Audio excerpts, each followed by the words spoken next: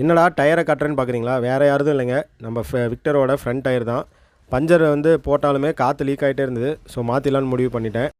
கடை என்ட்ரன்ஸ்லேயே பெரிய பெரிய டயராக வச்சுருந்தாங்க. Lorry, tractor, bus, car, two wheeler அப்படின்னு. சரி நம்ம போய் நம்ம டிவிஎஸ் விக்டருக்கு டயர் என்ன ரேட் வருதுன்னு கேட்கலாம் அப்படின்ட்டு ஃப்ரண்ட் டயர் மாற்றினோம்.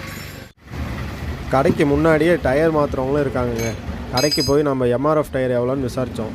இந்த முறை ஃப்ரண்ட் டயருக்கு வந்து ரேட்டு பார்த்தீங்கன்னா எம்ஆர்எஃப்பில் 1600 அந்த மவுத்தும் வந்து சேர்த்து மாற்றிடலாம் அப்படின்ட்டு முடிவு பண்ணி டியூப்லெஸ் டயருக்கு உண்டான மவுத்து அது வந்து பார்த்திங்கன்னா 120 டயர் ரேட்லாம் ரொம்ப அதிகமாகிடுச்சு. ஸோ எம்ஆர்எஃப் போட்டால் கொஞ்சம் லைஃப் நல்லா வரும் அப்படின்னு இந்த டைம் எம்ஆர்எஃபே மாற்றிட்டேன். போன முறை எம்ஆர்எஃப் தான் போட்டிருந்தேன். 2 வருஷத்துக்கு மேலே லைஃப் போய் நின்னோன்னே கடகடன்னு டயர்லாம் கழட்டி ஒரு 1/4 மணி நேரத்துலேயே மாட்டி கொடுத்துட்டாங்கங்க. டயர் சூப்பராக மாற்றியாச்சு, எம்ஆர்எஃப் டயரு. ஸோ லைஃப் ரொம்ப நல்லா வரும்.